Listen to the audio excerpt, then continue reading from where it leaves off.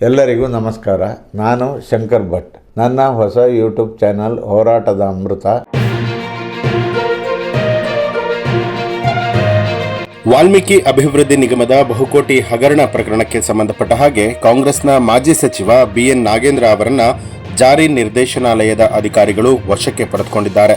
ಬುಧವಾರ ಬೆಳ್ಳಂಬೆಳಗ್ಗೆ ಡಾಲರ್ಸ್ ಕಾಲೋನಿಯಲ್ಲಿರುವಂತಹ ನಾಗೇಂದ್ರ ನಿವಾಸ ಸೇರಿದಂತೆ ವಿವಿಧೆಡೆಯಲ್ಲಿ ದಾಳಿಯನ್ನು ನಡೆಸಿದಂತಹ ಅಧಿಕಾರಿಗಳು ಮಾಜಿ ಸಚಿವರನ್ನ ವಶಕ್ಕೆ ಪಡೆದುಕೊಂಡಿದ್ದಾರೆ.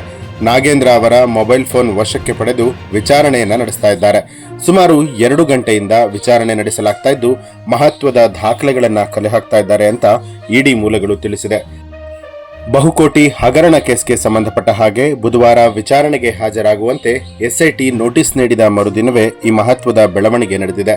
ಈಗಾಗಲೇ ಶಾಸಕ Basanagouda Daddal, union bank branch head Suchi Smitha, credit officer Krishnamurthy, branch head Deepa ಮುಂತಾದವರ ಮನೆಯ ಮೇಲೂ ಕೂಡ ದಾಳಿಯನ್ನು ನಡೆಸಿ ವಿಚಾರಣೆ ನಡೆಸಲಾಗ್ತಾ ಇದೆ. ಈ ಮಧ್ಯೆ ಮಾಜಿ ಸಚಿವ ನಾಗೇಂದ್ರ ಅವರನ್ನ ವಶಕ್ಕೆ ಪಡೆದು ವಿಚಾರಣೆಗೆ ಒಳಪಡಿಸಲಾಗಿದೆ. ಬುಧವಾರ ಬೆಳ್ಳಂಬೆಳಗ್ಗೆ ಇಬ್ಬರು ನಾಯಕರ ಮನೆಗಳ ಮೇಲೆ ಇಡಿ ತಂಡ ದಾಳಿಯನ್ನ ಮಾಡಿ ಪರಿಶೀಲನೆ ನಡೆಸಿದೆ.